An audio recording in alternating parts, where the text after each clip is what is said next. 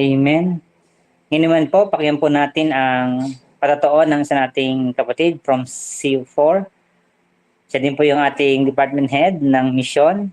Kapatid po natin, Gielito Aguinaldo, at susundan po ng awitin ni Kuya Lem. Magandang gabi po sa inyo. Ako po si Kuya Lito Aguinaldo, kabilang sa Kristiyanong Komunidad ng C4. Kami po ay naniniwala at naninindigan sa katotohanan. May Diyos na malilikha at may karapatan sa ating buhay. Na siya ay Diyos na nagsasalita at nagpapakilala sa mga tao at ang kanyang salita ay makapangyarihan. Ito ay katotohanan at nakakapagligtas. Nakilala ko po ang Panginoon noong taong 2001 habang ako ay nag-aaral sa kolehiyo sa Isabela State University of Cavite. Sa pamamagitan ng aking kasama sa dorm na nag-imbita sa akin, nagsimula akong lumago sa pananampalataya at naging aktibo sa mga gawain ng Panginoon. Gayunpaman, dumating ang panahon na kinakailangan kong tumigil sa pag-aaral dahil sa kakulangan ng pinansyal na suporta. Bumalik ako sa amin at tumulong sa trabaho sa bukid. Ilang buwan bago magsimula muli ang pasukan, dumalaw sa amin ang isang elder mula sa simbahan na aking dinadaluhan. Kinausap niya ang aking mga magulang at inalok akong ipagpatuloy ang aking pag-aaral sa kanilang suporta. Kapalit ng aking pagiging worker upang mamuno sa itatatag nilang simbahan sa aming lugar. Ngunit hindi ito pinayagan ng aking mga magulang at sa aking sarili, hindi rin ako handa sa ganoong tungkulin.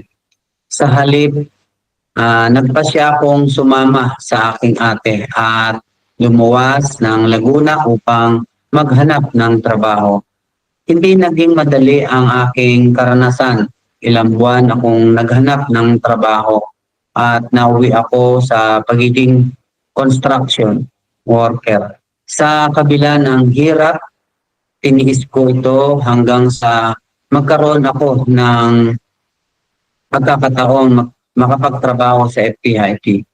Dito ko rin nakilala ang BBCF na ngayon ay kilalang bilang C4, kung saan ako muling lumago sa pananampalataya. Dito na rin ako nagkaroon ng sariling pamilya. Isa sa mga malaking biyaya ng Panginoon sa akin ay ang aking pagtanggap at pagiging regular na empleyado sa Yakult. Totoo ang sinasabi sa Kawikaan 16:9. Ang tao ang nagbabalak, ngunit si Yahweh ang nagpapatupad. Marami akong plano sa buhay, ngunit sa huli, Diyos pa rin ang siyang nagpapatupad ng kanyang mabuting kalooban.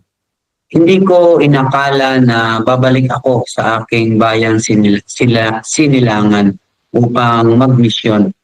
Isang bagay na noon ay aking tinakasan tulad ng ginawa ni Jonas. Ngunit sa kanyang biyaya, binigyan niya ako ng pagkakataong makabalik, makasama ang aking pamilya at mga kapatiran sa C4 upang dalhin ang mabuting balita sa aking pamilya at mga kababayan.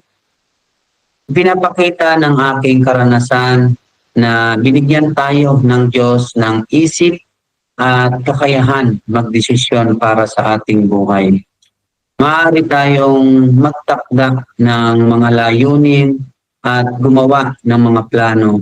Ngunit sa huli, ang kanyang kalooban ang mananaig. Mahalaga ang pagpaplano, ngunit dapat itong isaalang-alang sa panalangin at pagsunod sa kanya. Kapag nabago ang direksyon ng ating buhay, huwag tayong panghinaan ng loob sapagkat maaaring iyon ang tamang landas na inilaan ng Diyos para sa atin. Sa madaling sabi, tayo ay maaaring magplano, ngunit mas mainam na ipagkatiwala natin ang ating landas sa Diyos sapagkat siya ang may ganap na kontrol sa ating buhay. Ang akin pong talata na pinanghahawakan na nasa John 15:7, kung kayo'y mananatili sa akin at ang aking mga salita ay manatili sa inyo, hingin ninyo ang anumang inyong nais at ito ay gagawin para sa inyo. Ang talatang ito ay nagpapakita ng pangako ng Diyos sa mga nananatili sa Kanya kapag ang ating buhay ay nakaugat kay Kristo at ang Kanyang mga salita ay nananatili sa ating puso. Ang ating mga panalangin ay ayon sa Kanyang kalooban at tutugunin niya ito.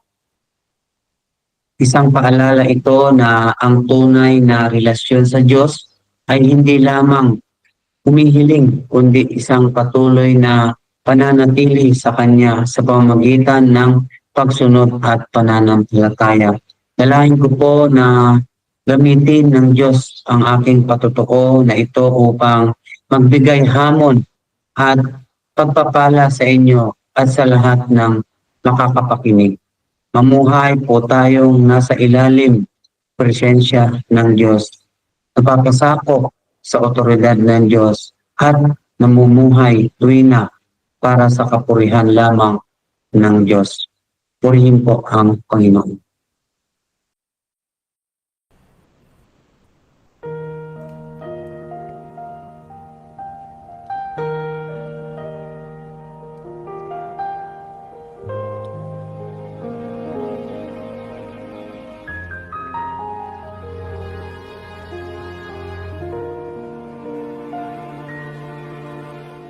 Ikaw lang ang pag-asa ko, tanging ikaw ang buhay ko, Jesus. Kahit ako'y nangangamba, basta't ikaw ang kasama, panatag na.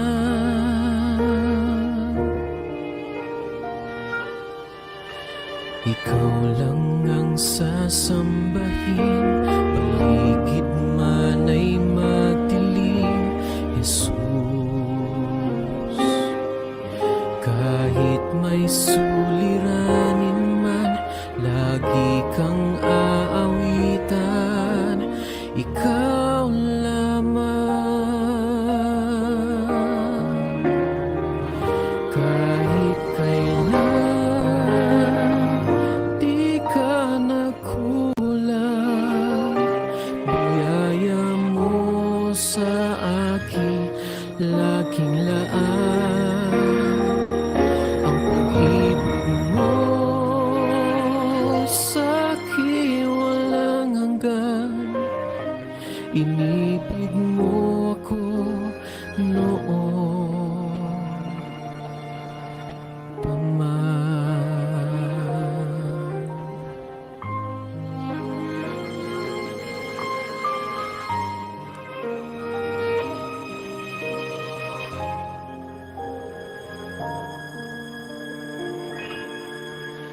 Ikaw lang ang sasambahin, paligid man ay madilim, Jesus.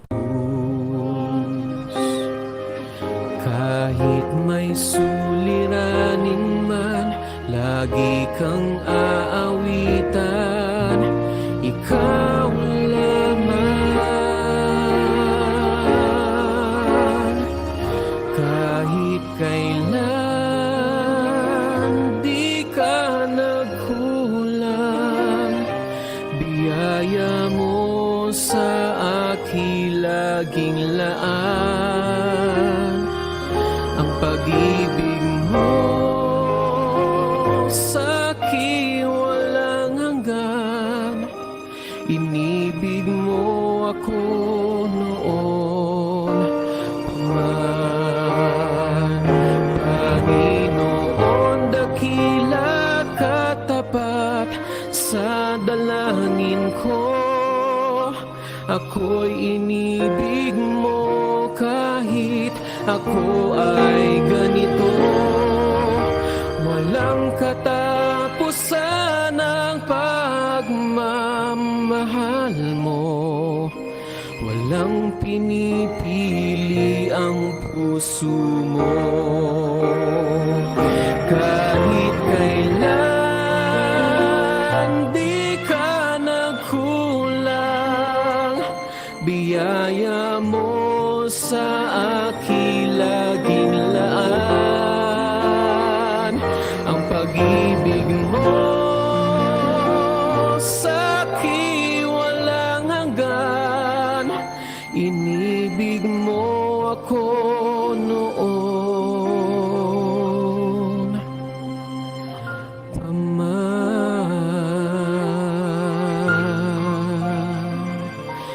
Inibig mo ako noon.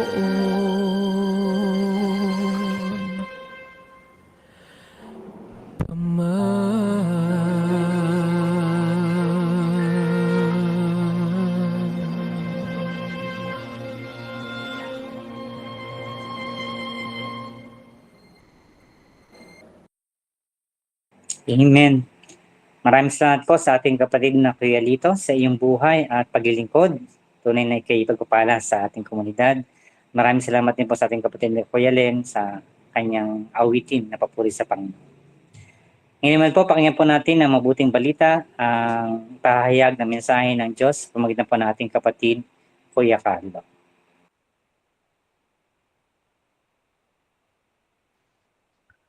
Magandang gabi po sa bawat isa. Purihin po ang Panginoon sa ating pong kalagitnaan dahil sa oras pong ito, tanging siya lamang ang naitataas sa buhay po ng ating mga kapatid na nagpatotoo at umawit. Tunay po na yung patotoo ni Kuya Lito na marami tayong mga gusto, marami tayong mga naisin na makamtan, ngunit Diyos pa rin ang nagpatupad dito kung kanyang kalooban. Kaya ang labis na pagtitiwala sa sarili ay hindi po talaga maganda, lalo na kung ito po ay nakabase sa sariling kakayahan. At ngayon pong gabi, ito po ang ating bibigyan pansin, ang karunungan, saan na karunungan na hindi pangmundo, kundi karunungan na nagmumula po sa Diyos. Salamat po sa awitin na inawit ni Kuya Lem. Di ka nagkulang. Tunay na ang Diyos po natin ay hindi nagkukulang. Siya ang dakilang Diyos na nagpo-provide ng lahat po ng ating mga pangangailangan sa bawat araw. Ang kailangan po natin ay magtiwala po sa Kanya. Kaya salamat po sa mga kapatid na nakabahagi po ngayon gabi sa patotoo, sa awit at maging sa may mga gawain po ngayong gabi, mga tech team, gano'n. So tayo po ay magpapasimula sa ating pag-aaral ng salita ng Panginoon. Pero bago po yon, tayo po ay humingi ng gabay, humingi ng karunungan sa Diyos upang ihanda ang ating mga sarili at ating mga isipan sa pakikinig ng salita ng Panginoon. Tayo po ay manalangin. Aming Ama, kami po ay nagpupurit ng papasalamat sa gabi na ito, sa pagkakataon na ito upang kami po ay sama-samang makapag-aral, makarinig ng iyong mga salita. Buksan niyo po ang aming mga puso, ang aming mga isipan. Alisin niyo po, Panginoon, yung mga hadlang para hindi po namin matanggap ang katotohanan. Tanggapin po namin ito ng buo. Tanggapin namin ito lahat, Panginoon, dahil ito ay nagmumula sa iyo, Panginoon. Alisin niyo po yung mga sariling prinsipyo, sariling kaisipan na pangmundo na hindi naman talaga naayon sa iyo at palitan ng katotohanan na naayon sa iyong mga salita. At gayon din po ang inyong lingkod na magbabahagi ng iyong salita. Dalangin ko po na may bahagi ko po ito ng may buong katapatan sa mga tagapakinig. At dalangin ko din po yung maging maayos ang internet connection ng bawat isa upang hindi makahadlang sa pag-aaral po ngayong gabi. pinupuri ka po namin at pinasasalamatan. Ito po ang aming sama-samang panalangin sa makapangyarihang pangalan ng aming Panginoong Hesus. Amen. Amen. Tayo po ay sama-samang makikinig ng kanyang mga salita. So magandang gabi po sa bawat isa. Ngayon pong 2025 ay patuloy po nating tinatalakay ang the sovereign power of the Almighty God, of the Almighty at work in the community, all for His glory. Ang Diyos ang dapat na maitaas sa ating mga buhay. Ang Diyos na siyang nagbigay ng pag-asa sa pamamagitan ng ating Panginoong Hesus. Sino ba talaga ang dapat na maitaas? Bilang mga mananampalataya, dapat po malinaw sa bawat isa sa atin na walang ibang dapat na maitaas kundi ang Diyos lamang. At kung meron man po sa mga oras na ito na mga nakasama ngayong gabi na talagang naninindigan na siya ang masusunod, na siya ang may karapatan sa kanyang desisyon, ngayong gabi, sana ay pukawin ng banal na Espiritu ang iyong puso at iyong isipan upang maunawaan mo ang tunay na katotohanan na maririnig ngayong gabi. Ang bawat nagsasabing sila ay ligtas na, may buhay na walang hanggan na, ay dapat na makitaan ng buhay. Ano pong buhay? Buhay na ginagamit ang buong lakas at kaloob para sa kanyang paglilingkod sa kanyang komunidad at sa mga gawain. Lalong-lalo na po sa pagbabahagi ng kanyang mga salita. Ang kaligtasan naman na ating natamo na bilang mga mananampalataya ay meron po tayong bahagian tungkulin na kung saan hindi lamang nahihinto sa meron na tayong kaligtasan. Dapat tayo po ay nagpapatuloy sa mundo kung saan ang ating buhay ay nagagamit para sa kanyang kaluwalhatian sa pamamagitan ng paglilingkod sa kanyang komunidad at pagbabahagi ng salita ng ating Panginoon. Ito po ang tungkulin nating mga mananampalataya. Sa Diyos po dapat tayo nakasentro. At sa atin pong theme verse na atin po makikita sa awit 71 verse 16, pagkat ikaw, Panginoong Yahweh, malakas at makatwiran, ihahayag ko sa madla katangiang iyo lamang. Sa talatang ito, na ang ating magiging kilos, gawa at lakas ay tanging sa Diyos lamang, wala nang iba. Ito po ang hindi nauunawaan ng iba. Tanging sa Diyos ang ating pag-asa. Lahat ng ating ginagawa ay sa Diyos po dapat natin na ibibigay. Bakit ko iisipin ng Diyos? Kung ako naman ang gumagawa at kumikilos sa akin ang desisyon at plano, hindi ako maaaring pakialaman ng Diyos. Ito po yung mga kaisipan ng mga taong nalalambungan ang kanilang mga isipan. At nakalulungkot po ay may mga ganito pong tao. At ang mas nakakalungkot, kasama pa natin sa tahanan, mga pamilya, mga kamag-anak natin. Ano po? At meron din namang mga mananampalataya na ganito po ang kaisipan.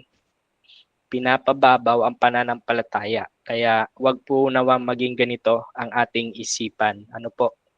Kailangan tayo po ay lumalago, hindi lang sa kaisipan, hindi lang sa puro impormasyon na mula sa ating isipan. Dapat merong aplikasyon po ito sa mga mananampalataya. Meron pong improvement yung paraan ng ating pag-iisip, attitude, mga ugali, dapat nababago din po ito. Hindi lang po tayo puro karunungan. Kaya ngayon pong gabi, atin pong part 2 ng pag-aaral pong ito ay yung the sovereignty of God expressed in His wisdom. So, Ang karunungan ng tao ay walang saysay kung hindi naman nakabase sa kalooban ng ating Diyos. Amen po ba? Ang karunungan po ng tao ay walang saysay kung hindi naman nakabase sa kalooban ng ating Diyos. Ito po yung mga karunungan na makamundo. Kaya maging maingat po ang bawat isa sa atin.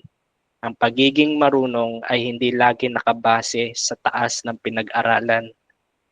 Pagiging marunong ay hindi lahat nakabase sa experience. Pagiging marunong o pagkakaroon ng karunungan ay yung pagkakaroon po na laging masunod ang kalooban ng ating Diyos.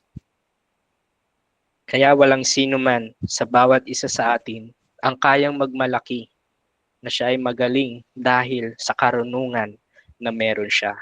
Kung ikaw, kapatid, ay naninindigan sa ganitong kaisipan, ikaw ay mabibigo lang. Kung meron kang kaisipan na kung saan ayaw mong ipabago ang iyong isipan, ayaw mong baguhin yung isipan mo na mula sa makamundo ay baguhin patungo sa kalooban ng Diyos, ikaw lang ay mabibigo at sa huli ikaw ay talunan. Ang Diyos lamang ang may natatanging karunungan na hindi kayang tapatan o pantayan ng mga tao. At ang karunungan ng Diyos ay nahayag hindi lang po sa kanyang mga nilikha. Ang karunungan ng Diyos ay nahayag din sa pagliligtas na kanyang ginawa sa pamamagitan ng ating Panginoong Hesus. Kaya ngayon gabi po, atin pong titignan ang talata po o teksto na pagbabasihan ng ating pag-aaralan. Ano po? Ito po ay makikita sa unang Korinto, chapter 1, verse 24 to 25. Akin pong babasahin at subaybayan niyo po sa inyong mga tahanan. Subalit, sa mga tinawag ng Diyos, maging Hudyo o maging Griego, si Kristo ang kapangyarihan at karunungan ng Diyos. Sapagkat ang inaakala nilang kahangalan ng Diyos ay karunungang higit pa sa karunungan ng tao at ang inaakala nilang kahinaan ng Diyos ay kalakasang higit pa sa kalakasan ng tao. Ang topic po natin ngayong linggo na ito, ngayong gabi, ay ang tunay na karunungan ay pagsunod sa Diyos. Ang tunay na karunungan ay pagsunod sa Diyos. Patuloy, nakakalungkot po sa panahon natin ngayon sa mga paaralan kung atin pong mapapansin. Napakahigpit ng mga guro. Dapat laging magaling, dapat laging matalino, at kahit mga magulang, ito po ang ini-implement sa mga bata. Ano po? Yung pagiging matalino sa academics. Pero pagdating naman sa pagsunod sa magulang, matigas ang ulo, ay dito naman po sila bagsak. Kaya ang pagiging soberano po ng Diyos ay nahayag din sa kanyang karunungan. Hindi ito kayang unawain ng tao. Kaya hindi natin maaari sabihin na laligtas ang isang tao dahil pinili niyang maligtas at pinili niya ang Diyos. Hindi po ito ang katuruan ng salita ng Diyos. Wala pong kakayahan ang isang tao na piliin niya ang Diyos. Bakit? Gaya ng paulit-ulit po nating pinag-aaralan, ang tao po ay bagsak sa kasalanan. Biyaya lamang kung bakit naligtas ang isang tao. Ano po? Dahil alam natin ng Diyos ang siyang may kakayahang magbigay o maglagay nito sa isipan ng tao dahil sa kanyang habag at biyaya. Kaya wala kang may pagmamalaki kung iniisip natin na kaya tayo naligtas dahil magaling ako. Kaya ako naligtas dahil pinili ko ang Diyos. Kaya ako naligtas dahil mabait ako. Hindi po ito ang tinuturo ng salita ng Diyos at hindi ito ang katotohanan. Naligtas po tayo dahil sa habag at biyaya lamang ng Diyos. Sino tayo para sabing magaling kaya tayo naligtas. Sa harap ng Diyos, tayo po ay isang basura. Sa harap ng Diyos, tayo po ay maliit sa Kanya. Wala po tayong kayang ipagmalaki. Kaya dapat na maging malinaw po sa bawat isa at dalangin ko na ang katuruan na ito ay tumimo sa puso at isipan ng mga narito po ngayong gabi. Hindi po tayo ang pumili sa Diyos. Diyos ang pumili sa atin at biyaya niya lang kung bakit niya po tayo napili. Maaring may mga katanungan, ito po ay pwede nating i-open sa mga SBC o kahit sa mga pag-aaral. Ano po? Sa unang puntos na atin pong bibigyan pansin, una, tanging ang mga taong tumutugon sa tawag ng Diyos ay ang nakakaunawa at may karunungan. Uulitin ko po, tanging ang mga taong tumutugon sa tawag ng Diyos ay ang nakakaunawa at may karunungan. Meron po mga tao na hindi interesado sa salita ng Diyos. Maaring ito ay aksaya lang sa oras, kaya naman ay hindi dapat nabigyan pansin dahil ang kanilang mga isipan ay nakatuon sa kasalanan. Maaring magaling magpakitang tao ang isang tao kung ang intention niya naman talaga ay hindi makadiyos. Pwede niyang sabihin na ako ay handang makinig ng salita ng Diyos, pero ang totoong motibo sa kanyang puso at isipan ay hindi naman talaga sa Diyos. Merong pang makasarili na motibo. Nawa alisin ito ng Panginoon sa atin at Diyos ang magtutuwid sa atin po kapag kalooban na niyang ihayag. Ang pagiging interesado sa salita ng Diyos ay yung mga taong talagang interesadong sumunod at umunawa ng kanyang mga salita. Ito po ang totoong dapat na motibo ng isang tao kung nais niyang maligtas. Kung gusto niyang maligtas, kung gusto niyang malaman ang mensahe ng kaligtasan, siya ay handang nakikinig ng salita ng Diyos. Tinatanggap niya ng buo ang salita ng Diyos. Opo, hindi po madali. Agad-agad may mga katanungan na bumabalot sa isipan. Kaya meron po tayong mga pag-aaral na ginagawa. Napakapalad ng ating community dahil tayo po ay lunod na sa katotohanan. Lunod na sa katotohanan na pinag-aaralan po natin. Meron tayong CCI, meron pang Hope Meeting, meron pang mga SBC, at may mga virtual class or online mga online na gawain. Kaya wala po tayong madadahilan o wala po tayong kung meron ng mga tanong, ito ay mga katanungan na gusto nating malaman, pero lahat ng kasagutan ay inihayag na po ng ating mga leader dito po sa ating community sa tulong at sa gabay po ng Panginoon. Mapalad po ang isang tao na nakaririnig ng salita ng Diyos. Naririnig ang pag-asa ng kaligtasan at ang buhay na walang hanggan. Ngunit sa taong binabaliwala ito ay kahabag-habag ang kanyang kalalagayan. Bakit binabaliwala mo ang mensahe ng kaligtasan? Bakit hindi makahulugan sa iyo ang gospel?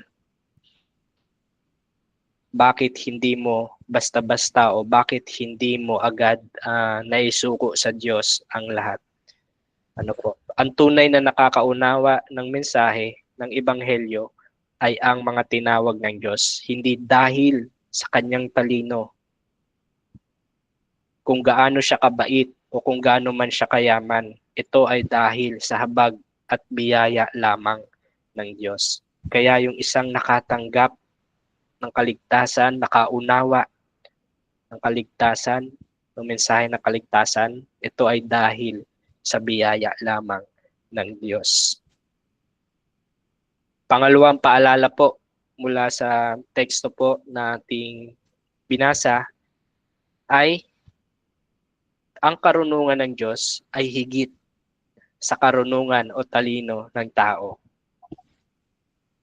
Ang isang mangmang ay hindi naniniwala sa Diyos, hindi nagtitiwala sa magagawa ng Diyos at hindi umaasa sa Diyos. Sa ganitong kaisipan, pinapakita lang niya na siya ay talagang walang karunungan. Halimbawa, yung mga scientists na hindi naniniwala sa Diyos o yung mga tao na merong kasalanan na ayaw bitawan. Mahirap po ito, at siguro ang iba po sa atin ay struggle dito or yung mga kakilala o mga mahal po natin sa buhay na naalipin po ng ganitong kaisipan, yung talagang hindi naniniwala sa Diyos. Nakakalungkot kung ganito ang kaisipan ng marami. Kaya sa atin po mga mananampalataya, ito po yung pagkakataon para tayo po ay lalong magbahagi ng salita ng Diyos. Lalong-lalo na kung kasama po natin sa ating mga tahanan. Kahit anong tagumpay ang marating ng tao dito sa mundo, kahit siya ay nagtapos ng masteral o doctoral degree, o kahit ang pinakamataas na antas ng titulo sa academics, kung hindi naman siya nagpapasakop at kumikilala sa Diyos, ay wala rin po itong saysay. Kahit ano ang narating mo sa mundong ito, kung hindi mo naman kinikilala ang Diyos, hindi ka nagpapasakop sa Diyos, ay wala ring saysay ang iyong karunungan. Aanhin mo ang iyong narating sa mundong ito kung sa impyerno ka naman mapupunta. Nakakalungkot, ang biyaya ng Diyos ay ibinuhos niya sa atin. Kaya sa mga kapatid po o may mga bisita sa oras na ito po yung pagkakataon para tayo ay manumbalik sa Diyos. Ito yung pagkakataon na pagmuni-munihin yung kanyang salita.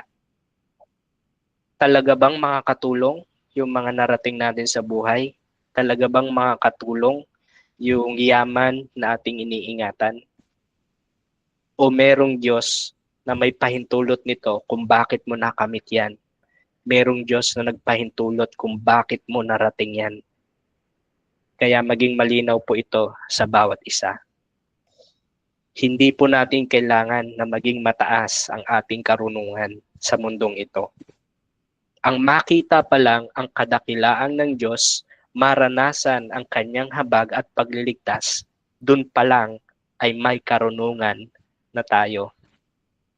Amen. Hindi po natin kailangan yung mga pangmaterial sa mundong ito. Yung malaman lang natin yung katotohanan, makita natin na ang Panginoong Hesus ang tanging pag-asa sa kaligtasan, dun pa lang, sulit na. Meron na tayong karunungan. Hindi karunungan ng mundo, kundi karunungan na nagmumula sa Diyos. Nakakalungkot po isipin na may mga mananampalataya na patuloy na kinikilala ang kanilang mga sarili o patuloy na nakaasa sa kanilang magagawa sa kabila ng alam nila ang katotohanan, alam nila ang katuruan. Naway ma-realize sila na hindi ito tama dahil merong Diyos na kung saan ang tanging nating ipakita sa buhay na ito bilang mananampalataya ay mamuhay ng may katapatan, mamuhay na may pagsunod at mamuhay na may mamuhay na naayon sa kalooban ng ating Diyos. At pangatlo, atin pong makikita, ito po, ang Panginoong Hesus, ang kapahayagan ng kapangyarihan at karunungan ng Diyos. Marami pong ipinahayag o maraming inihayag ang Diyos o pinakita niya yung kanyang karunungan sa kanyang mga nilikha, sa kanyang mga gawa doon sa lumang tipan, pero mas na-emphasize ang kanyang karunungan sa pamamagitan ng pagdating ng ating Panginoong Hesus, yung pagliligtas niya sa atin.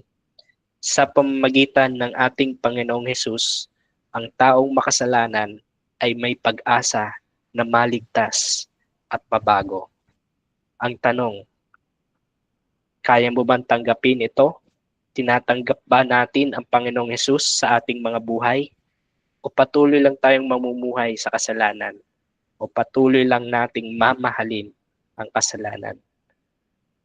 Wag po muna natin tanggapin ng Panginoong Hesus, Kuya Carlo, kasi nag-enjoy pa ako dito sa mundo eh. Dito muna ako sa mga kasalanan ko. Nakakalungkot po kung ito po yung ating kaisipan. Yung tipong ini-enjoy ko muna ang buhay dahil malakas pa ako.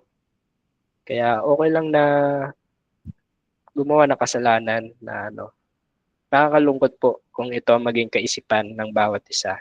Yung tipong parang wala nang bukas. Yung tipong kampante siya na hindi siya mamamatay o hindi babawian ng buhay anumang oras. Nakakalungkot kung ganito ang kaisipan ng mga tao.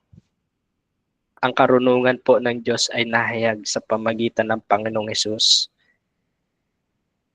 Kaya kapatid, ang Panginoong Hesus ang kailangan mo sa iyong buhay. Hindi ang paninindigan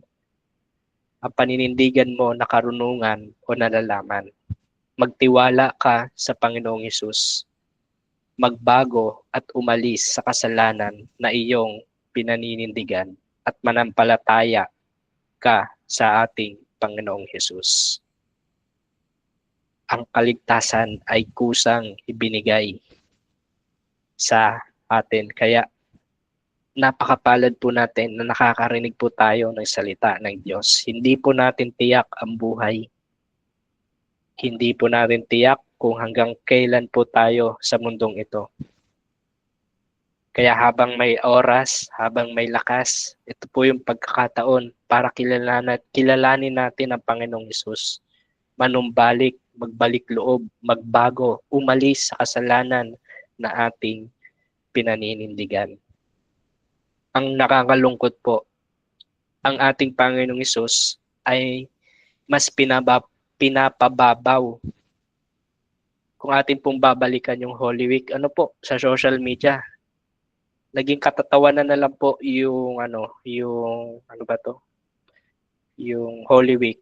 Hindi na po siya katulad dati na medyo solemn pa eh. Kahit ako po nung Katoliko pa, medyo pag Holy Week talaga seryoso. Ngayon po naging comedy na.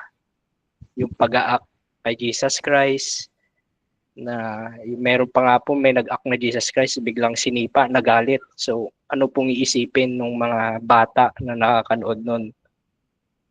So nakakalungkot po dahil yung Panginoong Hesus po natin ay mas nagiging palabas na lang sa panahon natin ngayon,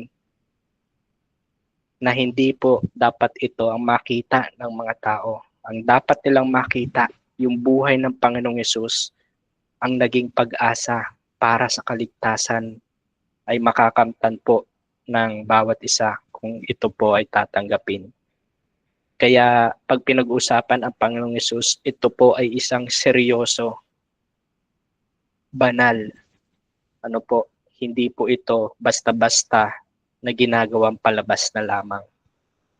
Kahabagan po sila ng ating Diyos sa kanilang mga ginagawa. Ang karunungan ng Diyos ay nahayag sa pamamagitan ng Panginoong Hesus.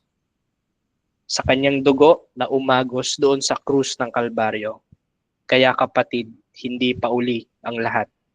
Ito ang pagkakataon para ikaw ay magbago at pagsisihan ang iyong mga kasalanan at pagtiwalaan mo ang ating Panginoong Hesus. Kaya bilang application po ay ito po yung ating application sa ating pag-aaral ngayong gabi. Magiging maliit ang ating tingin sa karunungan ng Diyos kung tayo ay walang pagtitiwala sa Kanya.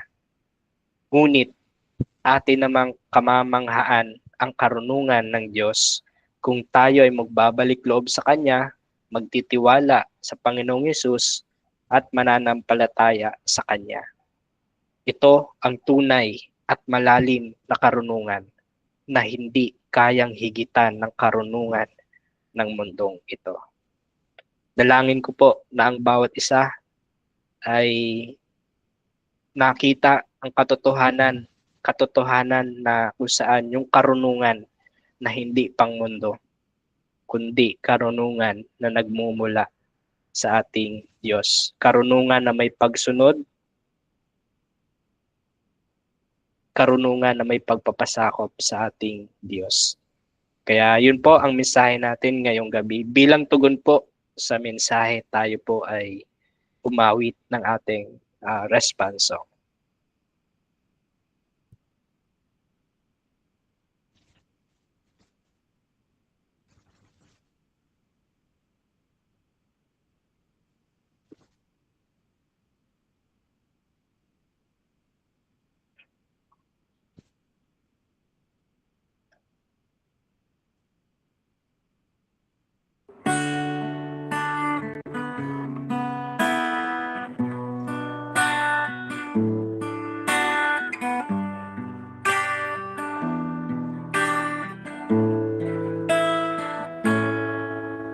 Biyaya at pag-ibig mo,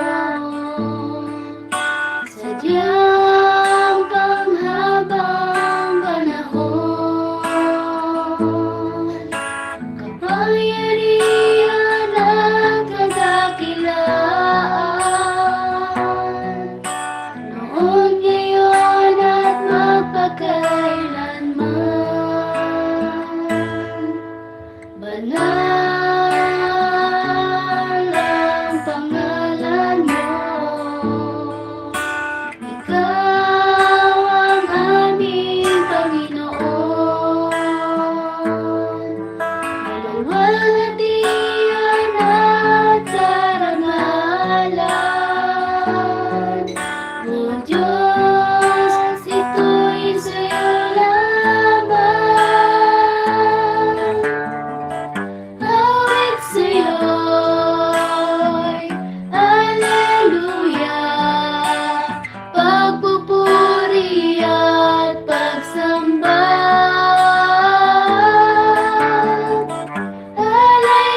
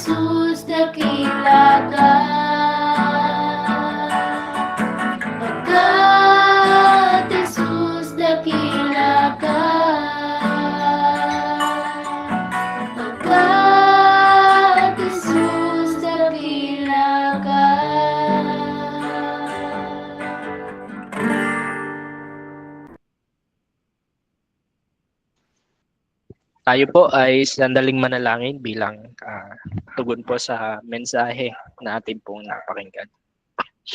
Aming Ama, kami po ay nagpupuri at nagpapasalamat sa mga salita na nabahagi ngayong gabi. Dalangin ko po na ito po ay tumimo sa puso at isipan ng bawat isa na narito, lalong-lalo na yung mga kapatid po, yung mga bisita namin na hindi pa malalim ang pagkakilala sa iyo, may mga karunungan na pinaninindigan na hindi naayon sa iyong kalooban. Buksan niyo po patuloy ang kanilang puso at isipan at maunawaan ang katotohanan ng mensahe na ito. Dalangin po, Panginoon, sa aming pong paghiwa-hiwalay ay maisip nila yung mensahe na kanilang narinig, ma-realize yung katotohanan at higit sa lahat yung matanggap nila ito ng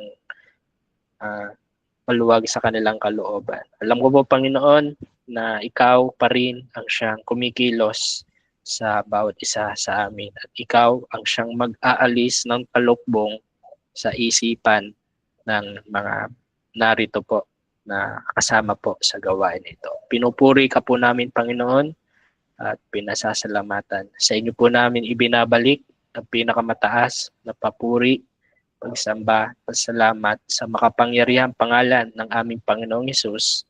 Amen. Amen. Amen, amen. Amen. Yan po. Purihin po ang Panginoon sa mga katotohanan ng kanyang mga salita na napahayag po sa gabi nito.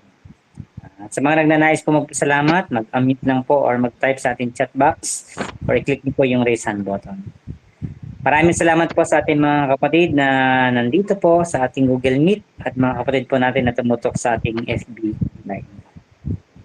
At meron po tayong breakout session katapos po nito. Yan po. Kung wala po, tayo po ay mag-open ng cam para po sa ating picture taking.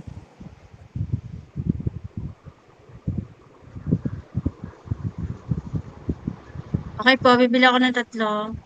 1, 2, 3. Isa pa po. 1, 2, 3. Thank you po sa bawat isa. God bless po.